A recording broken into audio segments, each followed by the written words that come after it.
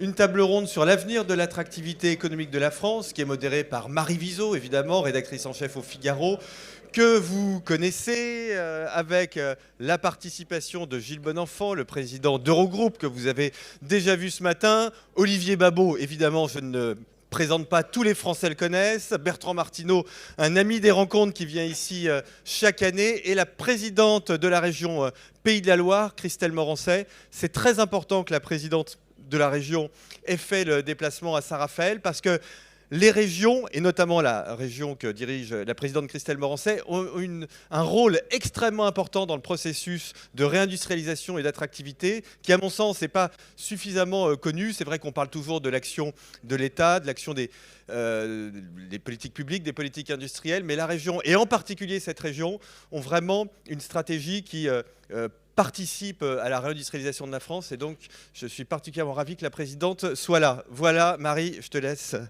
prendre le relais. Merci Nicolas. Bonjour à tous, ravi de vous retrouver donc sur cette table ronde consacrée à l'avenir de l'attractivité de la France. Donc Nicolas a très bien introduit ce qui va nous animer pendant une heure. Alors l'attractivité, on a commencé à en parler ce matin à travers le sujet de la réindustrialisation. On va peut-être en parler un petit peu plus globalement dans l'heure que nous avons ensemble. L'attractivité, elle a plusieurs aspects. Il y a ce côté global qui est l'attractivité de la France, et comme le disait Nicolas, il y a une attractivité régionale dont il faut tenir compte dans notre pays. Donc Bertrand Martineau, je le redis parce que Nicolas il a tout dit, il ne devait pas le dire mais il a tout dit. Bertrand Martineau, économiste, membre de l'Institut Montaigne. Gilles Bonenfant, que vous connaissez, le président d'Eurogroupe, et président de la commission attractivité des conseillers du commerce extérieur. Et ça, ce n'est pas neutre pour le sujet dont on débat ce matin. Christelle Morancet, présidente de la région Pays de Loire, et Olivier Babot, économiste, fondateur de l'Institut Sapiens. Et c'est vers Olivier que je vais me tourner en premier.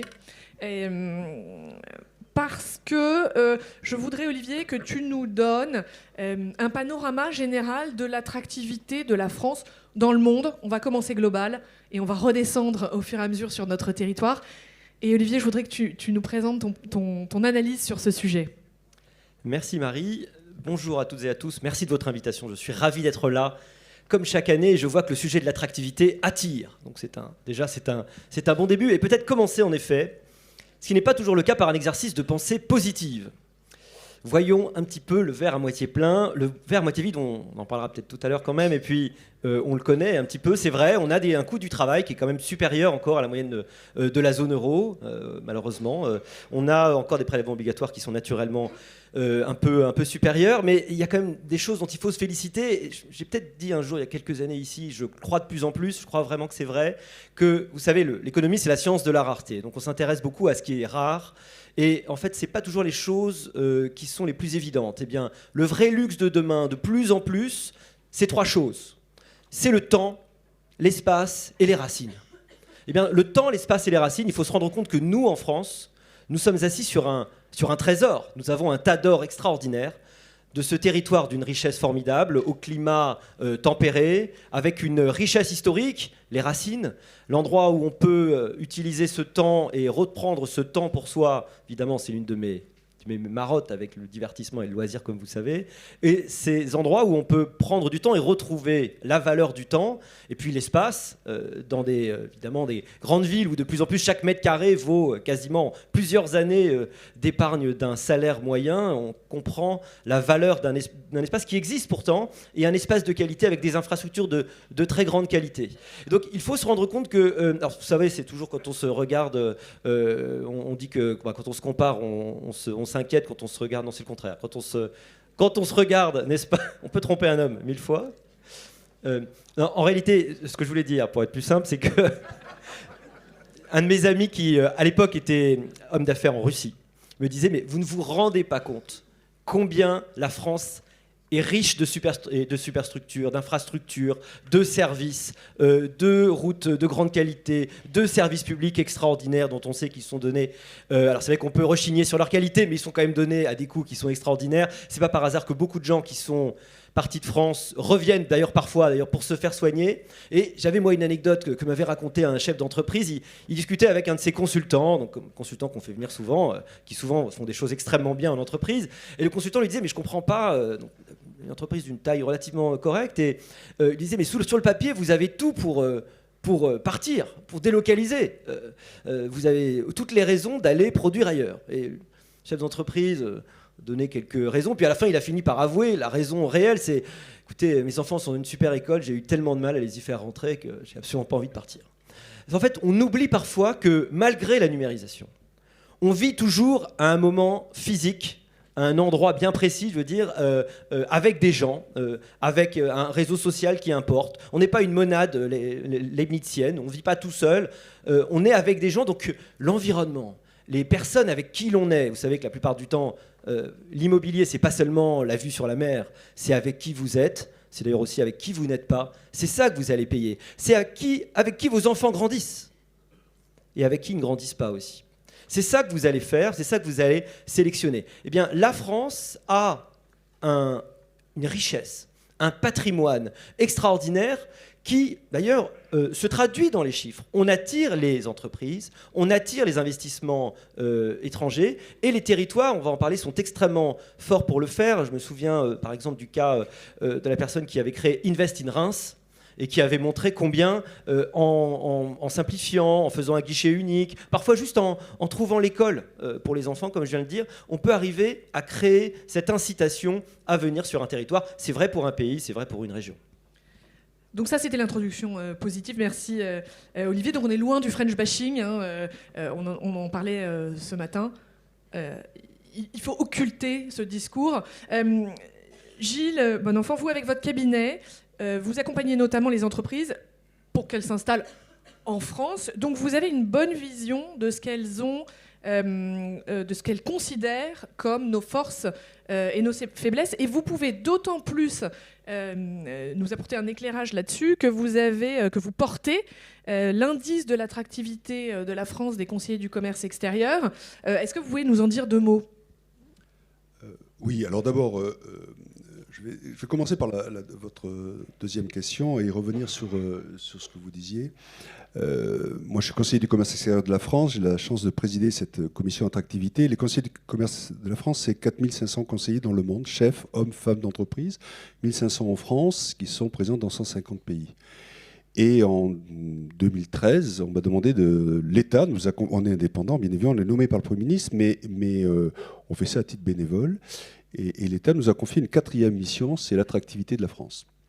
Et je voyage beaucoup pour mes activités professionnelles et j'adore rencontrer les Français à l'étranger, mais le French bashing, il y en a marre, quoi.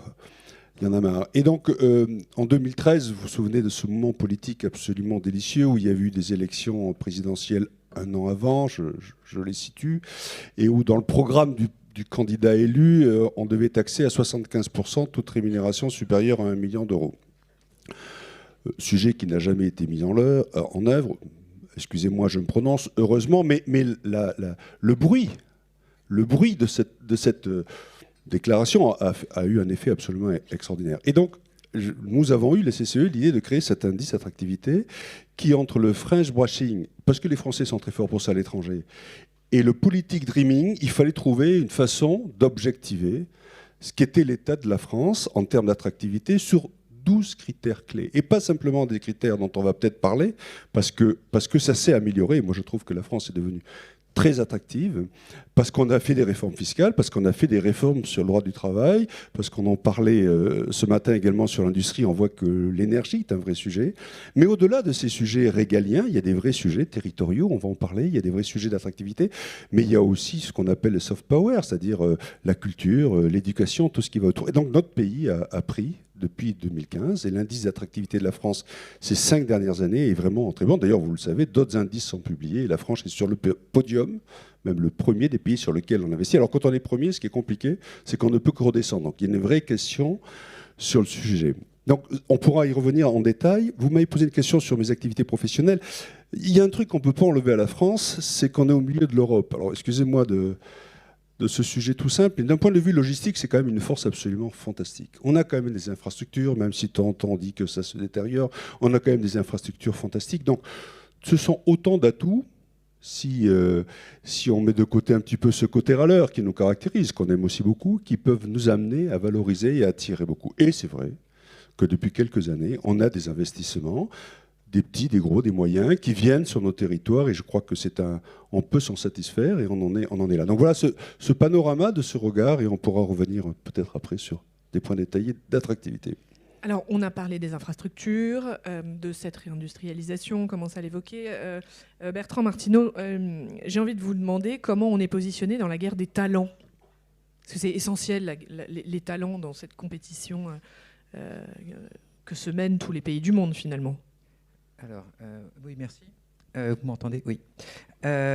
Pour l'attractivité, il y a deux volets, en fait. Enfin, si on parle de l'aspect économique de l'attractivité, il y a le volet attirer les entreprises, donc les employeurs.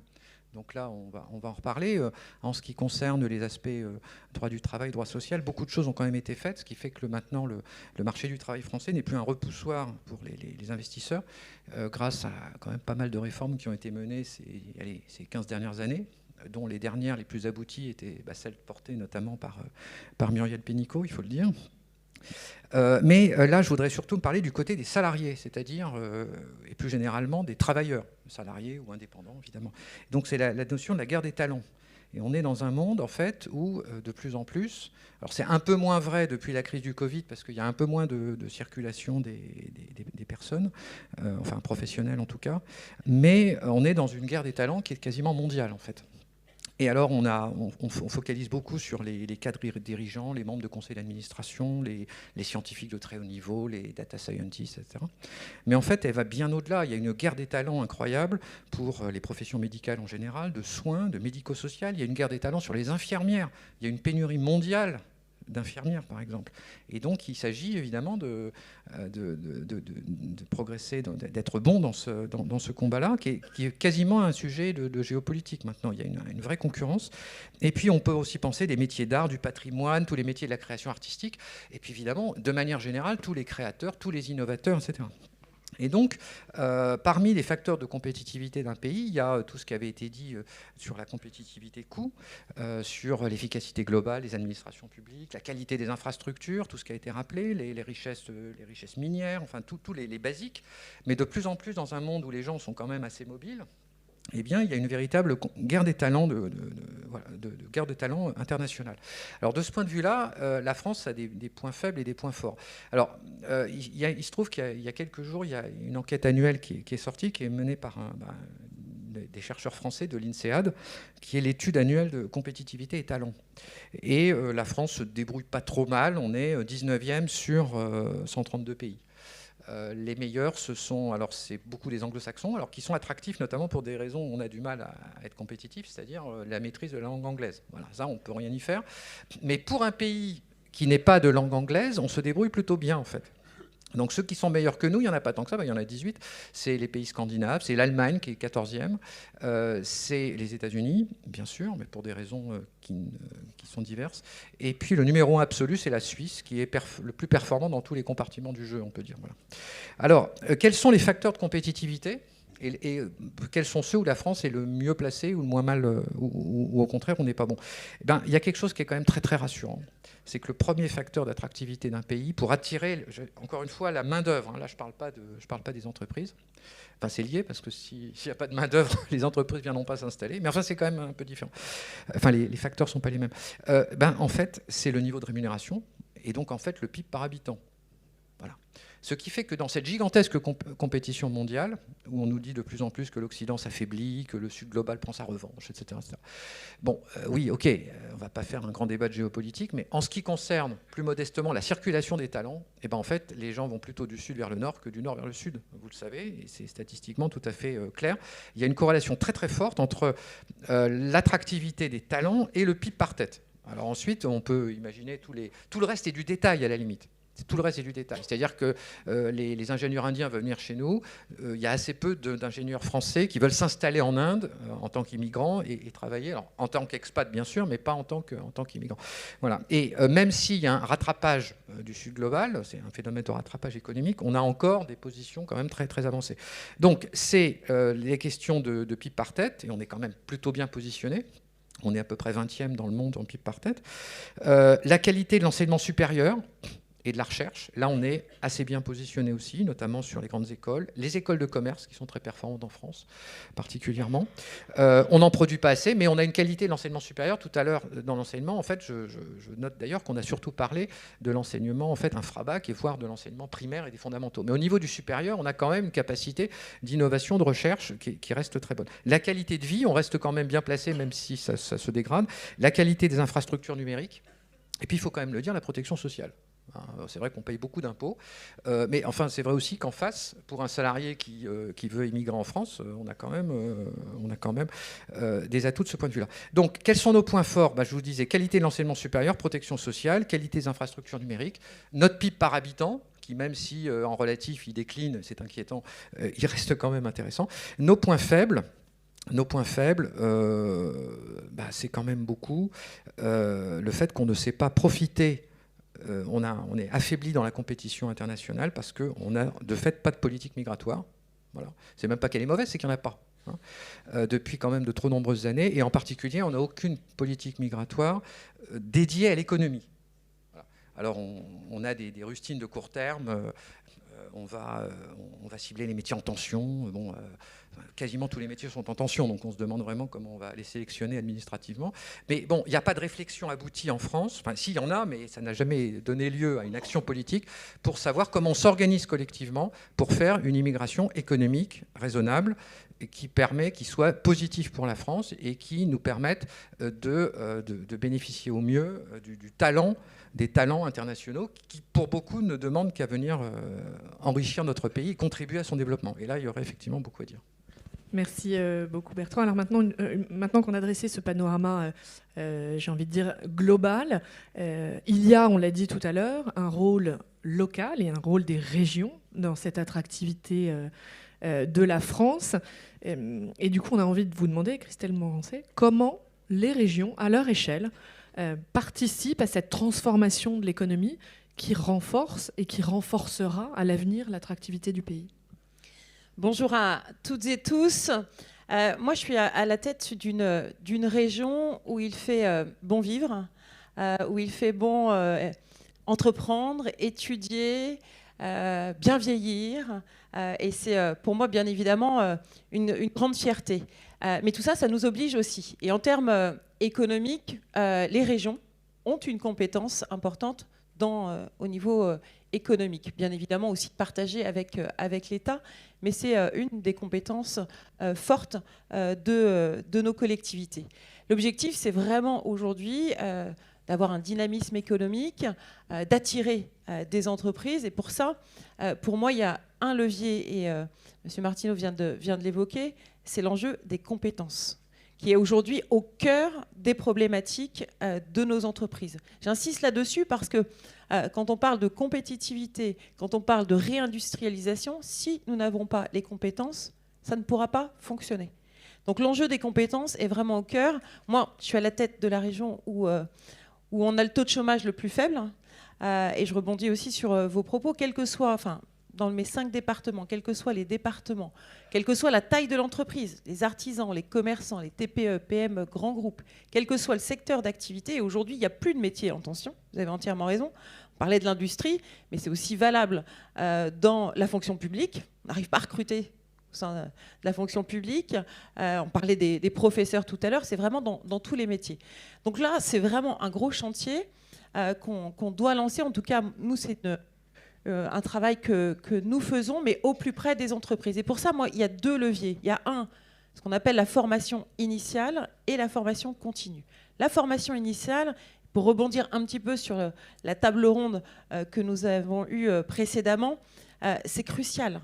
Et aujourd'hui, alors, on a parlé d'apprentissage tout à l'heure. Je ne vais pas refaire le débat de l'apprentissage, de la perte de compétences des régions sur l'apprentissage.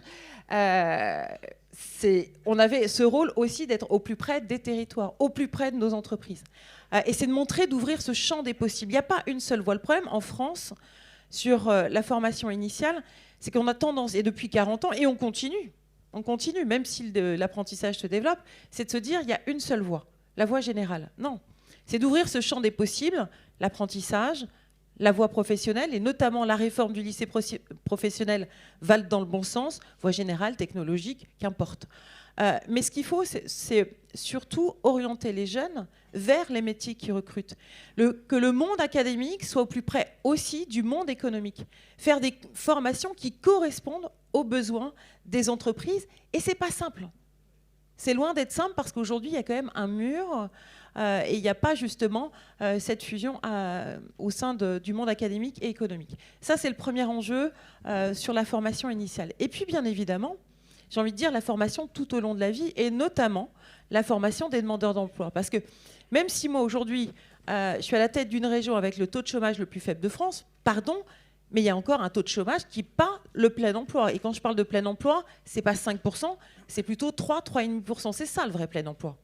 Donc il y a encore un travail énorme à faire. Et aujourd'hui, moi, je vais juste vous donner un constat, parce que là aussi, c'est une compétence forte des régions, c'est la formation des demandeurs d'emploi. Un chiffre dans la région des Pays de la Loire, les formations qu'on appelle dites qualifiantes. Aujourd'hui, le chiffre que nous avons, donc ces formations qualifiantes, ça débouche normalement vers de l'emploi. Et aujourd'hui, dans ma région, 60% des gens qui suivent cette formation vont vers l'emploi. Et je dis à mes équipes, mais que font les 40% restants? Que font ces 40% quand on voit les telles tensions qu'on peut avoir dans nos entreprises? Les équipes me disent, on a les résultats les meilleurs au niveau national. Mais je dis, je m'en fiche. Moi, ce qui m'importe, c'est pourquoi ces 40% ne vont pas vers l'emploi. Et ça, c'est essentiel. Et au final, parce que ça fait 10, 15, 20 ans, où justement sur ces formations des demandeurs d'emploi, on est plutôt sur la demande, donc le demandeur d'emploi, plutôt que de travailler sur l'entreprise. J'avais initié avec le ministre du Travail, Olivier Dussopt, il y a quelques mois, en lui disant « Moi, je suis prête à travailler avec vous pour renverser la table ». J'emploie vraiment ce terme de renverser la table. Parce qu'il n'y a jamais eu autant d'argent de l'État ou des régions sur ces sujets-là. Jamais. Et plus le taux de chômage baisse, plus les enveloppes sont conséquentes. Il y a quelque chose qui n'est pas très, très cohérent. Et donc, aujourd'hui, on s'est engagé dans France Travail. Et le ministre me dit, bon, j'ai une réforme des retraites, je ne peux pas tout faire. Mais en tout cas, moi, je l'ai initié dans ma région. Et donc, au mois d'octobre dernier, on a voté. J'ai renversé la table dans ma région. C'est-à-dire qu'aujourd'hui, on déclenche une formation dès l'instant qu'il y a un emploi. Donc, c'est un emploi, une formation. Et ça évite d'avoir des formations qui débouchent sur rien ou des formations dites plaisir. C'est vraiment le terme, des formations plaisir. J'étais en début de semaine à la Fab Academy. Je discutais avec une femme qui est dans l'industrie, ce qui est assez rare. Donc, je lui dis, mais qu'est-ce qui vous a donné envie ? Bah, mes enfants, puis je me dis de temps en temps, voilà, je m'occupe de logements, de tourisme l'été, et puis voilà, si j'ai le temps, pourquoi pas aller travailler de temps en temps dans l'industrie. Mais ça, c'est pas possible. Parce que je suis désolée, derrière, il y a de l'argent public, et de l'argent public, la formation doit être 1 euro utile pour l'emploi. Et donc, ça, c'est toute une transformation, et c'est un enjeu crucial aujourd'hui pour l'attractivité économique d'un territoire. J'insiste là-dessus parce que toutes les entreprises, celles qui sont installées, mais celles aussi qui veulent venir s'installer dans nos régions, la première des choses, c'est vraiment l'enjeu des compétences. Et pour conclure, rebondir aussi sur cet enjeu aussi d'enseignement supérieur qui est crucial. Les écoles, c'est ce qui fait aussi l'attractivité économique d'un territoire. La recherche, l'innovation sont des enjeux essentiels. Et donc, on doit attirer ces écoles. Je suis désolée, j'étais un petit peu longue, mais c'est tellement un enjeu prégnant au niveau de ma région, mais sur l'ensemble du territoire, l'emploi, c'est vraiment pour moi le combat des combats. Mais c'est un enjeu, et on va l'entendre tout de suite, qui est essentiel pour toutes les régions. Le président de la région... Xavier Bertrand, pardon, je cherchais Hauts-de-France, n'est pas avec nous, mais Nicolas est allé à sa rencontre. On a une petite vidéo. Il tient aussi à s'exprimer. Il a tenu à s'exprimer aussi devant vous sur l'enjeu d'attractivité dans sa région des Hauts-de-France. On l'écoute. La vidéo, Xavier Bertrand, évidemment, président de la région des Hauts-de-France, pour réfléchir à l'avenir de l'attractivité. Alors, la région des Hauts-de-France est devenue une vitrine de la réindustrialisation en Europe. Il y a les gigafactories, bien évidemment, dans le domaine des batteries électriques, mais c'est vraiment devenu une région très attractive avec énormément de projets. Alors, Monsieur le Président, cher Xavier, que se passe-t-il déjà dans cette région et que, voilà, de mon point de vue d'analyste, je trouve tout à fait extraordinaire? Déjà, Nicolas, merci, parce que c'est vrai que la transformation, la préparation de l'avenir se fait au niveau européen, au niveau national, mais aussi au niveau des territoires et des régions. Et le job d'un président de région, c'est de gérer le quotidien et aussi de préparer l'avenir. On est dans une décennie de transformation. Et moi, je suis intimement convaincu que notre rôle, c'est de réussir cette transformation. Elle est bien évidemment avec le prisme écologique, la transformation écologique, mais écologique et énergétique.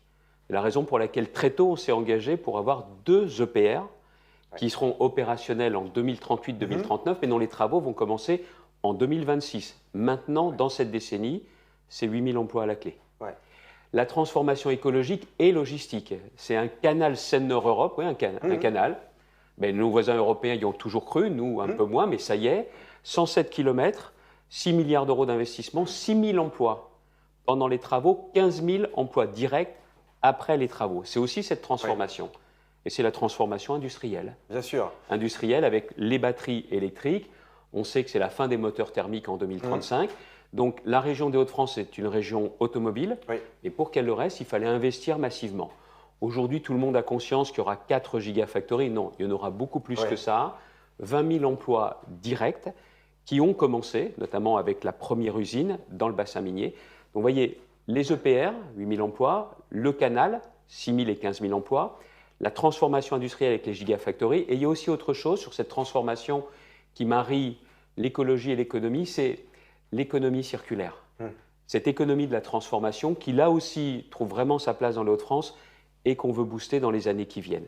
Ce qui permettra aussi à la fin de cette décennie, pendant longtemps, on a compté les emplois qui disparaissaient. Là, on a du mal à compter les emplois qui se créent. Mais encore une fois, derrière tout ça, on ne transforme pas seulement l'économie, on transforme aussi les mentalités et on redonne de la confiance. Oui, c'est ça. Qu'est-ce qui manque? Parce que je reviens à des choses extrêmement concrètes. Enfin, ça fait partie de la prospective qu'on doit faire sur l'avenir. Donc c'est absolument génial, en effet, d'avoir des projets, des usines, des gigafactories. Il n'y a pas que des gigafactories, d'ailleurs, il y a une très grande gamme de projets dans la région. Mais est-ce qu'il ne manque pas des logements? Est-ce qu'il ne manque pas des gens pour travailler? J'ai plein d'emplois un cadre de vie, des infrastructures? Parce que l'attractivité, c'est tout ça, en fait. J'ai plein d'emplois à pourvoir. On a pris à bras-le-corps la question de la formation.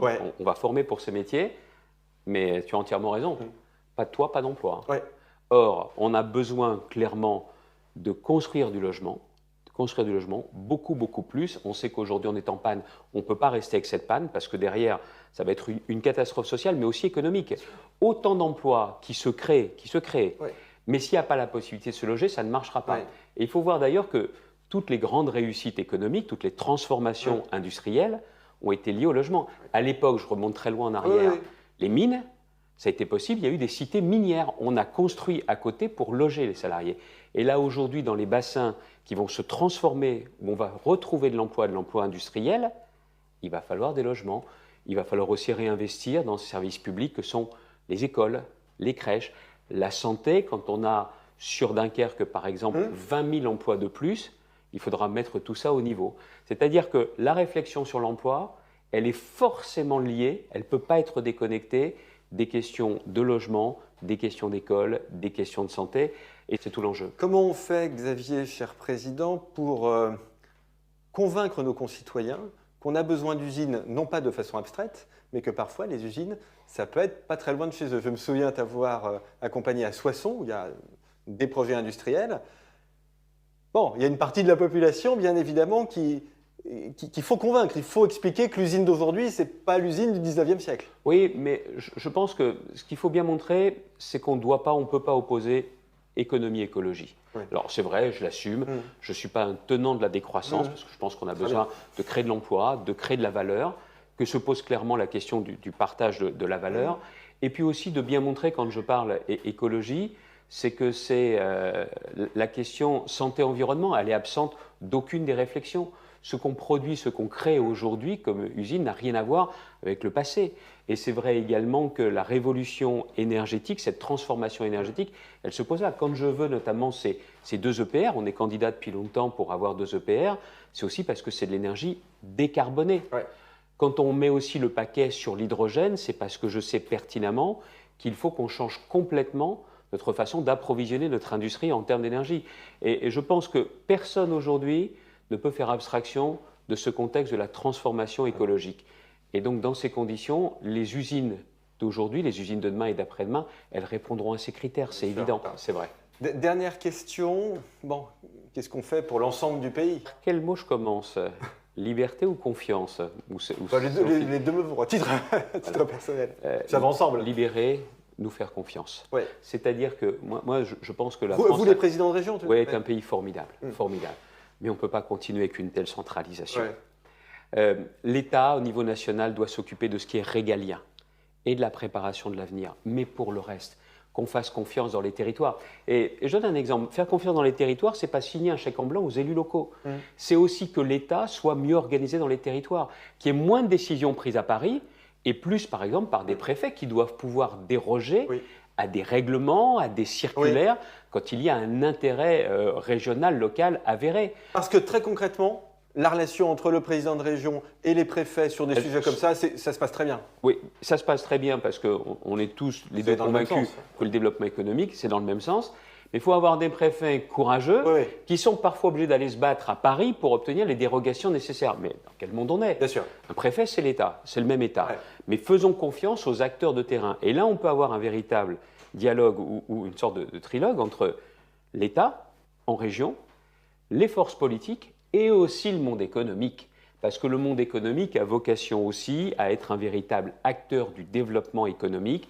Et la République des territoires, à laquelle je crois beaucoup, c'est plus de liberté, plus de confiance, mais aussi plus de responsabilité. Les élus veulent de l'autonomie, ok, il faut aussi qu'il y ait plus d'autonomie fiscale, et d'assumer ses responsabilités également à ce titre-là. Mais avec davantage de liberté, ce n'est pas de l'argent qu'on demande, davantage de liberté, on peut encore aller plus vite dans la préparation de l'avenir, mais pour ça, il faut qu'on fasse confiance. Liberté, confiance. Il faut que l'État nous fasse confiance. Programme magnifique. Merci, Monsieur le Président, cher Xavier. Merci beaucoup, Nicolas.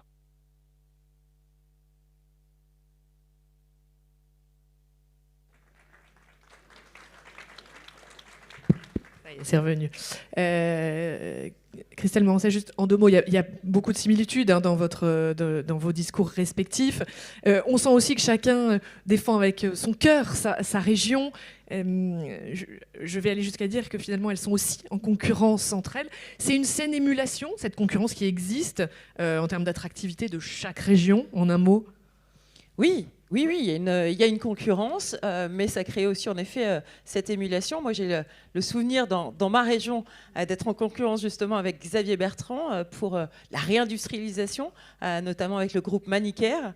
Et donc nos 2 régions étaient en concurrence. J'ai gagné, donc j'en suis très heureuse, bien évidemment. Mais voilà, c'est au quotidien et c'est celui qui va montrer tous les atouts de chacune de nos régions. Mais c'est plutôt ça. La saine émulation. Gilles Bonenfant, vous apportez une petite nuance parce que sur le terrain, la saine émulation, vous ne la voyez pas toujours. Je me fais l'avocat du diable. Je crois que c'est toujours pareil. L'émulation, on peut la voir depuis l'Hexagone, et puis on peut la voir depuis l'étranger. Moi, je vais raconter 2 anecdotes. CES de Las Vegas, French Tech, et vous avez Occitanie Welcome You, PACA Welcome You. Bon, vu d'un Coréen, d'un Taïwanais, d'un Américain, c'est quand même... bon, nous, oui, PACA, on sait ce que c'est, mais si vous voulez, ça a quand même des limites. Brexit, une opportunité formidable pour aller conquérir des places, des institutions qui étaient de l'autre côté du Channel. Bon, vous promeniez dans le métro, il y avait Haute-Seine Welcome You. Alors, je veux dire, Haute-Seine Welcome You dans les panneaux, c'était quand même catastrophique. C'était même Haute-Seine, c'était pas Île-de-France. Et quand on discutait avec le représentant de l'Île-de-France, voilà.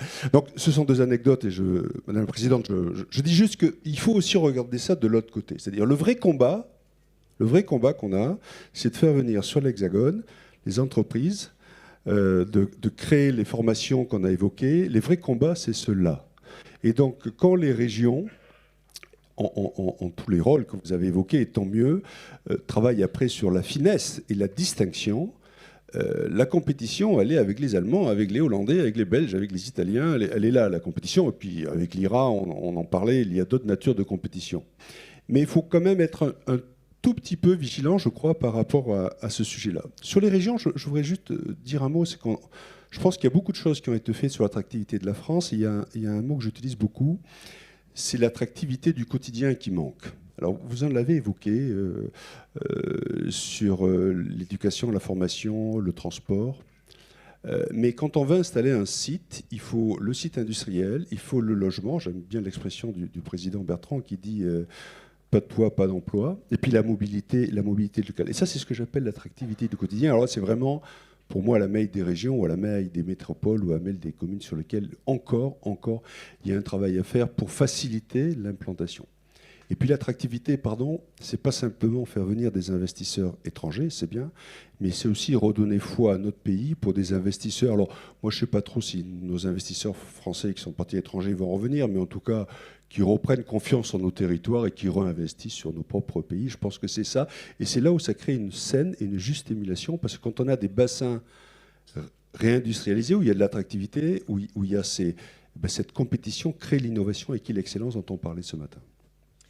Bruno Le Maire, dans sa petite vidéo ce matin, parlait aussi des réformes fiscales, que beaucoup avaient été faites pour réformer la fiscalité. Olivier, est-ce que l'investisseur, finalement, il va autant sur un territoire où la fiscalité est intéressante pour lui que ça n'a été le cas pendant un certain temps? C'est-à-dire que pendant longtemps, les investisseurs regardaient essentiellement la fiscalité. Est-ce que tout ça a quand même changé et va continuer à changer ? C'est peut-être le moment de regarder le verre un peu à moitié vide. Elle ne tirait pas sur le messager. Quand je me regarde, je m'inquiète. Quand je me compare, parfois, je m'inquiète encore plus. Il y a 3 choses qui déterminent peut-être l'équilibre d'une nation à long terme. L'éducation, le logement, on l'a dit. Et la dette, la fiscalité, l'état des finances publiques. L'éducation, on a quand même appris cette semaine que plus d'un enfant de 4e, adolescent de 4e sur 2 ne lisait pas correctement. Et en maths, c'est exactement la même chose. Le logement, on a appris cette semaine qu'on n'avait jamais aussi peu construit et que les logements qui se construisent n'arrivent pas à trouver preneur et qu'on est dans une grave crise où vous avez un marché qui est arrêté mais des prix qui ne peuvent pas baisser pour plein de raisons, parce que notamment les coûts de la construction, le coût d'accès au foncier ne bougent pas. Et puis la dette, alors là on encore, si vous regardez les projections, elles font froid dans le dos. Le coût de la dette, c'est-à-dire le coût des intérêts de la dette d'ici 2025, va bondir de 36 milliards d'euros. Ça veut dire qu'on va payer en plus chaque année l'équivalent du budget du ministère de l'Intérieur et de l'Outre-mer. Ça veut dire qu'en tout, quand on sera en 2027, on paiera chaque année plus que tout le budget de l'éducation nationale. Ça veut dire qu'on pourrait doubler, si on n'avait pas été endetté, on pourrait doubler le budget d'éducation nationale. Vous voyez un petit peu tout ce qu'on pourrait faire. C'est ça, évidemment, qui est très inquiétant. Le niveau, il est plutôt pas mal aujourd'hui. Ce qui est inquiétant, c'est la trajectoire. La trajectoire, elle est authentiquement inquiétante. Vous savez pourquoi on continue à nous prêter pas cher et que le spread de taux avec l'Allemagne est relativement raisonnable? Parce que, si vous écoutez les gens qui nous prêtent, parce qu'il y a beaucoup de gens extérieurs qui nous prêtent, malheureusement, il n'y a pas que la Banque européenne qui prête de l'argent, ce serait un peu plus facile, mais non. Ces gens-là, ils disent, on a confiance dans la force du système fiscal français pour aller chercher l'impôt. Ça veut dire une chose, ça veut dire que cette dette n'est que de l'impôt différé. Ça veut dire que ce que vous ne payez pas aujourd'hui, vous le paierez demain. Et bien ça peut être inquiétant. De la même façon qu'on a tous connu ce raisonnement. Ah, j'ai pas envie d'aller dans cette ville-là. Oui, aujourd'hui, on l'a vu dans les Hauts-de-Seine d'ailleurs, mais oui, aujourd'hui, ça paye grassement, c'est facile. Mais on sait très bien que la ville, que la collectivité locale s'endette et que demain, ça retombera, notamment sur les propriétaires à travers la taxe foncière, par exemple, qui va exploser. On connaît ce raisonnement. Et ce raisonnement, au niveau d'un pays, il est malheureusement exactement le même. Et peut-être pour terminer sur qu'est-ce qui va attirer quelqu'un dans un pays. Vous savez, les chefs d'entreprise, les entrepreneurs, les entreprises, elles n'aiment pas les mauvaises nouvelles, mais encore plus, elles n'aiment pas l'incertitude. À la limite, une mauvaise nouvelle connue, elle est plus rassurante que l'incertitude, parce qu'au moins, on peut s'adapter. Et bien, l'incertitude en France, c'est quoi? C'est le manque de simplification, le manque de simplicité. Et Bruno Le Maire l'a rappelé, malheureusement, ça fait au moins 30 ans qu'on entend qu'il faut simplifier. Personne n'y arrive jamais. Je vous fiche mon billet qu'on n'y arrivera pas. Il n'y a pas de raison. On n'a absolument aucune possibilité d'enlever ces verrous. La deuxième idée, c'est la stabilité, avec l'idée même que normalement la sacro-sainte règle, c'est qu'il n'y a pas de mesure rétroactive, en tout cas pas négative. Vous savez, comme en droit pénal. Et bien, pareil, en fiscalité, il ne devrait jamais avoir de règles rétroactives, et pourtant, il y en a quand même. Puis le dernier, c'est l'efficacité de la dépense publique, évidemment. Merci. Je voudrais finir juste, Bertrand Martineau, avec la question, on en a beaucoup parlé, de la formation, des talents, éducation. Comment on fait pour rendre les métiers attractifs, finalement?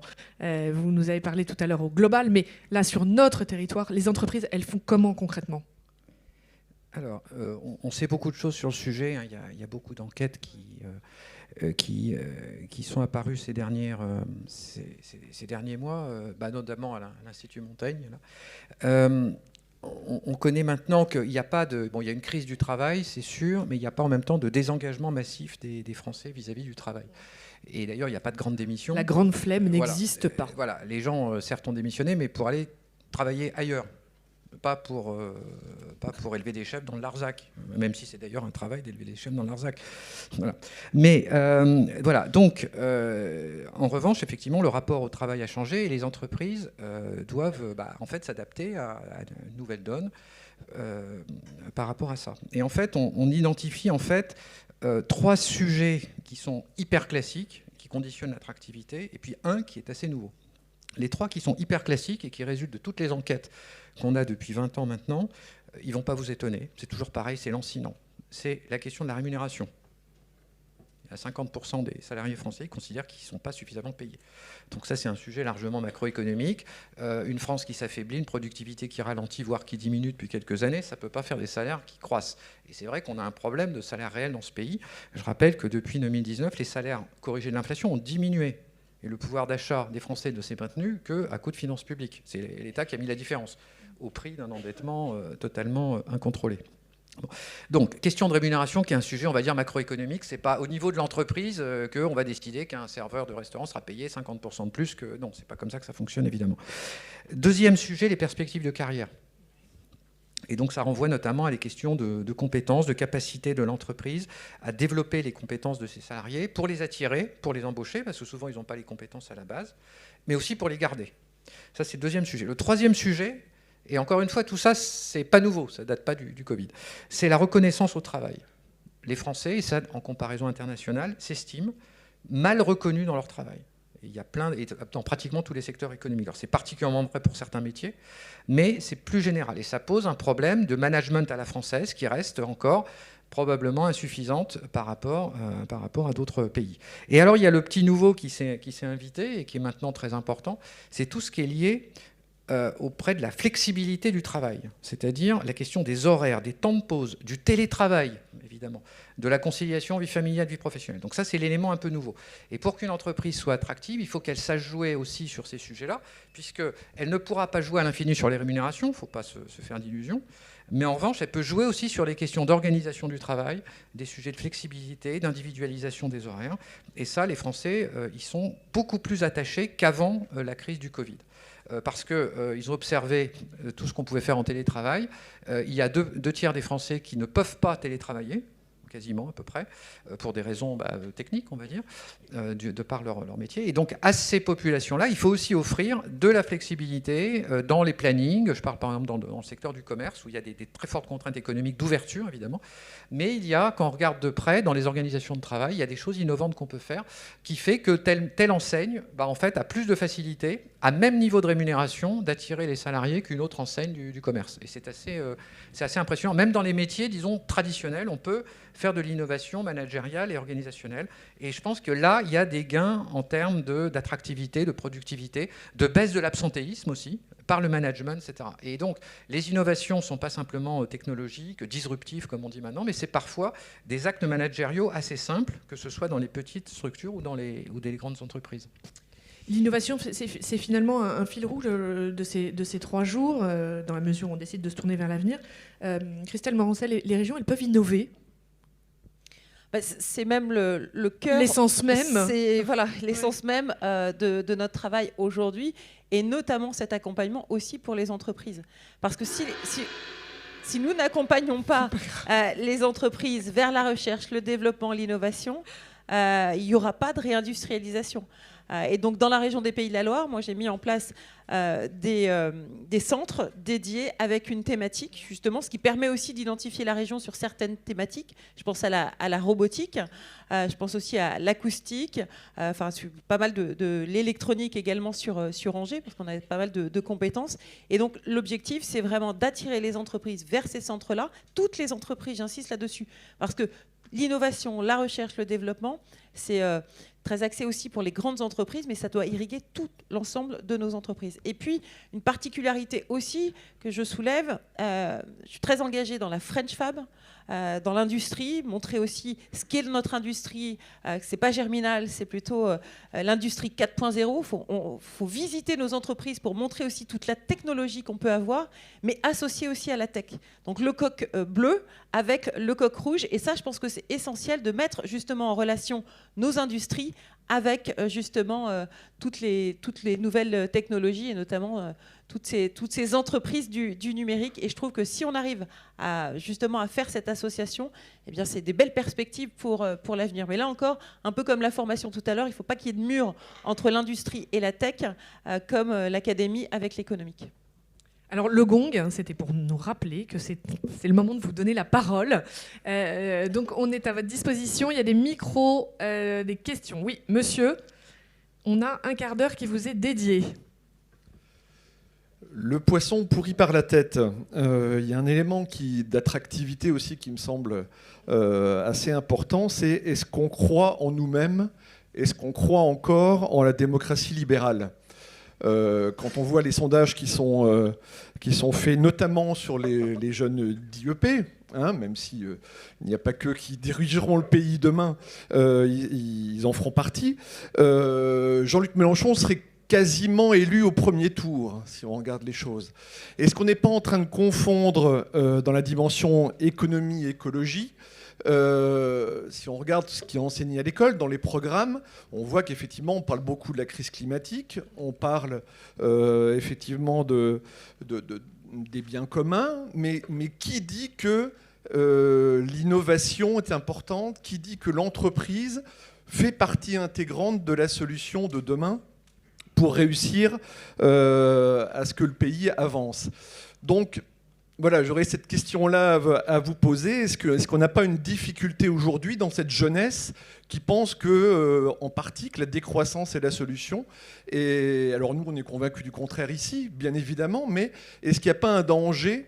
Est-ce qu'il n'y a pas une bombe à retardement à ce que cette jeunesse, si inquiète par la question écologique, ne voit pas que l'entreprise est en grande partie la solution ? L'entreprise, la solution ? Je me tourne vers vous, Gilles. Même si l'économiste a son rôle de pédagogie à jouer, même si le public a son rôle dans ce que monsieur décrit, à savoir convaincre des bienfaits de l'innovation. En fait, moi, je ne crois pas ce que vous dites. Pardon. Moi, je ne pense pas que la jeunesse soit tourne le dos à tout ça. Je crois que la jeunesse nous éclaire sur un certain nombre de points de repère, mais je crois que la jeunesse a envie d'en découdre, mais différemment. Eurogroupe, ma boîte, a fêté ses 40 ans l'année dernière. Pour les 40 ans, j'ai éprouvé le besoin d'écrire un bouquin sur l'engagement. Mais l'engagement que j'ai vécu quand j'ai démarré ma vie professionnelle n'est pas le même que l'engagement des jeunes que je vois là, mais le leur n'est pas moins bon que le mien. Je dis juste qu'il est différent. J'ai 2 enfants, 24 et 21 ans. Il y en a un qui fait des études de veto et l'autre qui a fait HEC Sciences Po, qui veut vivre entre New York, Paris et Londres, et l'autre qui veut vivre, voir la mer, probablement ici, et être veto. Je ne fais pas de moyenne. Et je pense que notre devoir de dirigeants, de chefs d'entreprise, de politiques dans les territoires, d'économistes, c'est d'amener nos enfants à raisonner différemment. Et il y a un mot que j'utilise beaucoup, c'est le mot de compagnonnage. C'est-à-dire, si nous, dirigeants, si parents, grands-parents, on ne leur montre pas cette voie d'un apprentissage qui est différent, qui n'est pas le même que le nôtre. Mais vous parliez tout à l'heure du télétravail ou de la flexibilité au travail. Moi, quand j'ai commencé ma vie professionnelle, il y avait ce qu'on appelait les gens qui ont deux vestes.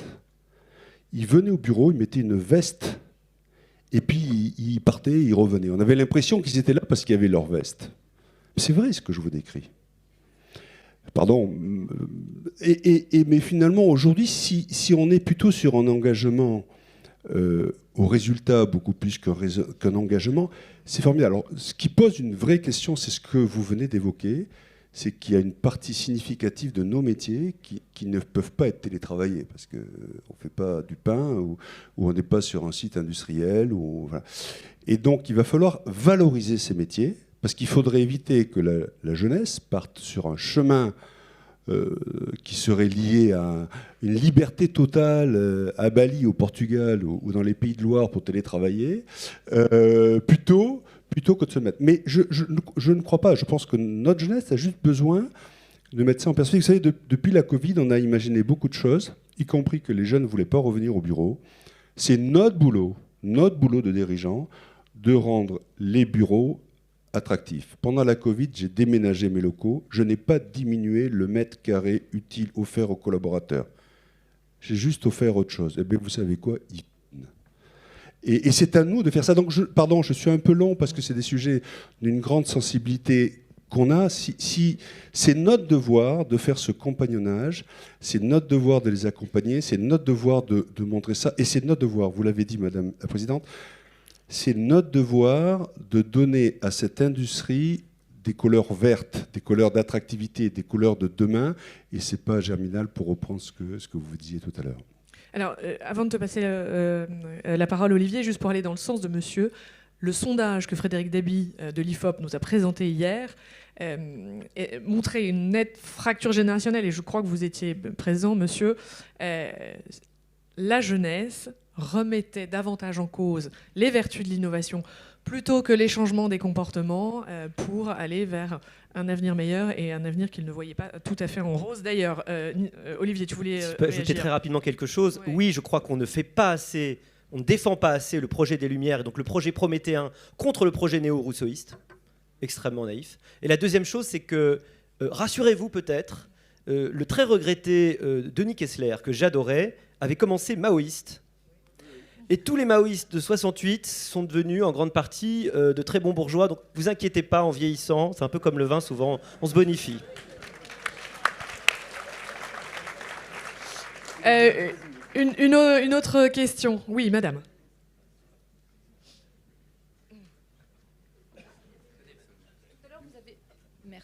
Tout à l'heure, vous avez évoqué l'incertitude qui peut être effectivement un frein à l'implantation d'entreprises ou à la venue d'entreprises sur nos territoires.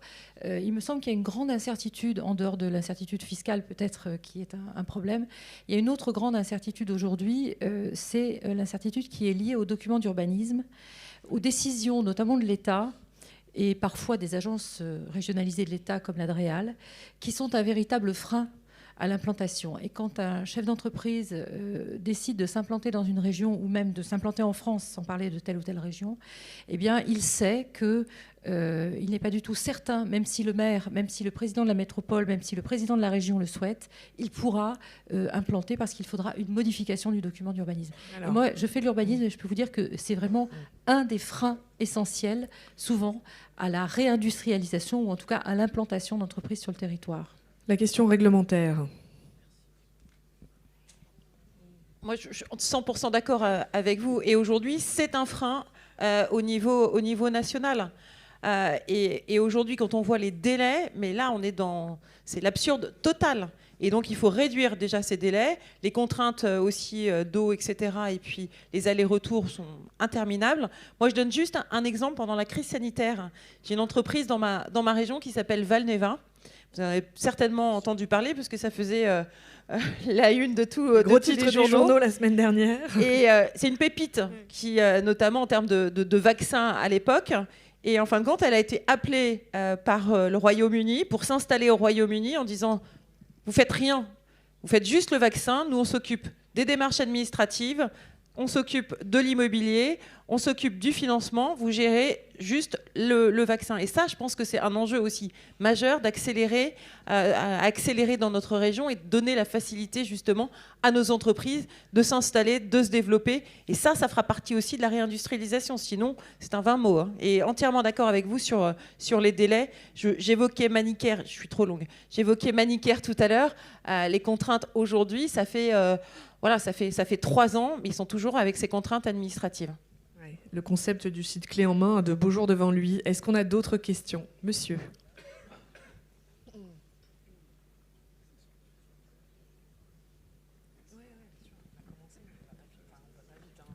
Bonjour, merci, évidemment, extrêmement intéressant. Vous avez parlé à juste titre tous de la guerre des compétences. Or, nous sommes un pays avec une spécificité. Les préretraites, avec le plus faible taux d'emploi, j'aime pas ce mot, des seniors, et bien sûr, comme vous savez, ça me tient à cœur.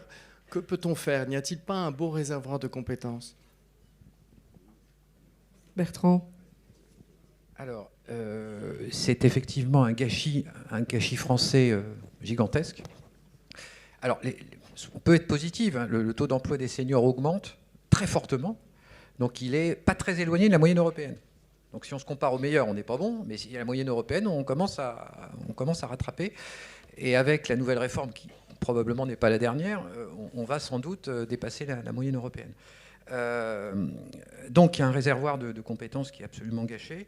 Et on a évidemment trop tardé à attaquer ce problème. On a même fait la marche arrière, puisque l'une des plus grandes erreurs économiques des 40 dernières années, ça a évidemment été la retraite à 60 ans.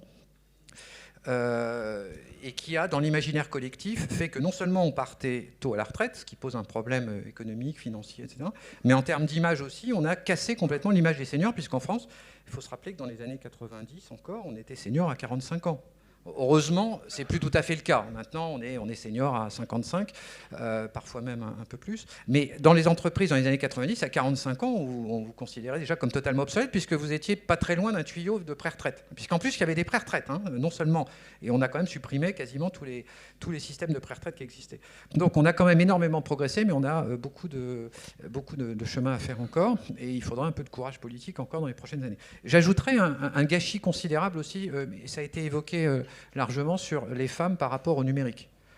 C'est aussi un sujet de réflexion important, et ce n'est pas qu'une question éthique, politique, c'est une question d'efficacité économique aussi. Le fait que les femmes soient terriblement sous-représentées dans les métiers les plus créateurs d'emplois et les plus créateurs de productivité à l'avenir, qui sont les métiers de la technologie et du numérique en particulier, mais aussi plus généralement les métiers industriels. La sous-représentation des femmes qui commence dès l'éducation initiale. Ce n'est pas les entreprises qui créent les inégalités hommes-femmes, hein, c'est quand même la formation initiale. Je rappelle que dans les classes NSI des lycées, il y a 17% de filles. Et donc, il ne faut pas s'imaginer qu'avec 17% de filles, on va avoir 50% de femmes quelques années plus tard qui vont être dans les sciences numériques, évidemment. Voilà. Alors, on a dit beaucoup de choses au cours de cette table ronde. On se rend compte que l'attractivité, finalement, ça relève d'un panel très, très large de sujets. On est arrivé au bout de cette table ronde. Olivier, le mot de la fin en 45 secondes sur l'avenir de l'attractivité. Oh, mon ami. Allez, on prend une question. Merci. Ouais. Je vais essayer d'être rapide. Ouais. J'aimerais bien avoir votre avis sur quelque chose, parce que je pense que les jeunes ne sont pas forcément contre l'innovation ou l'entrepreneuriat, mais plutôt pour une nouvelle forme d'entrepreneuriat plus responsable, plus égalitaire. Je pense que les jeunes considèrent que l'innovation, c'est une des solutions, mais ce n'est pas la seule solution, et qu'il faut qu'elle marche en cohabitation, notamment avec une plus grande sobriété ou d'autres options. Donc, qu'est-ce que vous en pensez? C'était plutôt votre avis, là, que vous nous donniez. Mais ça nous intéresse toujours. L'avis des jeunes. Je pense que je ne suis pas le seul à utiliser des questions pour mettre mon avis aussi, donc je me permets. Vous avez raison. 2 secondes pour conclure. Oui, les pré-retraites, ça procédait du sophisme absolu économique, du partage du temps de travail. Et sa question? C'était pas une question, c'était votre avis. Ah, si, quand même. Non, je suis désolé. Non, il y aurait tellement à dire que c'est très compliqué, mais je suggère que vous écriviez une profession de foi en une vingtaine de pages et qui permettent de nourrir un débat. On a 3 secondes, mais vraiment, 3 secondes. Moi j'avais préparé. En fait, on va se prendre le gong. J'avais préparé le synthèse de ce qu'on s'était dit, en fait, mais vraiment en 3 secondes. Parce qu'on m'avait demandé, tiens, tu vas faire la synthèse. Alors, pour moi, il y a 3 nœuds en fait qui sont sortis aujourd'hui. Le premier nœud, c'est celui de la concurrence pour attirer les talents, parce que dans le capitalisme cognitif, c'est d'abord des talents qui vont faire qu'on va avoir de la prospérité. C'est ça qu'on doit attirer. Le problème, c'est un problème de rémunération. Un grand avionneur m'avait dit, on avait un super jeune ingénieur, on lui proposait 80K, c'était super. Il est parti avec 1 0 de plus aux États-Unis. Bah oui. Donc forcément, c'est un peu compliqué. Aura-t-on les talents demain? C'est l'efficacité de notre système de formation. Et puis, le problème de la révolution du management. Est-ce qu'on va arriver à attirer en effet les jeunes? Ça peut être en partie une réponse. Est-ce qu'on va satisfaire leurs nouvelles demandes de sens, leur façon de travailler différemment, et puis leur façon aussi pour l'entreprise de montrer différemment son apport à la société? Et je termine avec le problème du NIMBY, not in my backyard, c'est-à-dire tout le monde veut des super usines, mais personne ne les veut chez eux. Et à un moment donné, si on veut attirer et réindustrialiser, il le faut. Et puis enfin, c'est l'efficacité de la gouvernance publique et donc aussi de la décentralisation et de la dépense publique, ce qu'a dit Xavier Bertrand. Ça reste un problème essentiel. On dépense beaucoup chez nous, on prélève beaucoup.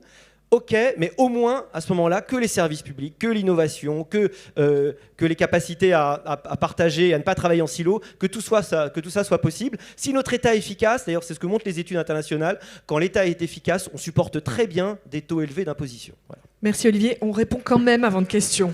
Ouais. Alors moi, là pareil, je pense qu'il ne faut pas opposer les générations. Il n'y a pas les jeunes qui pensent sobriété et les seniors qui ne pensent pas sobriété.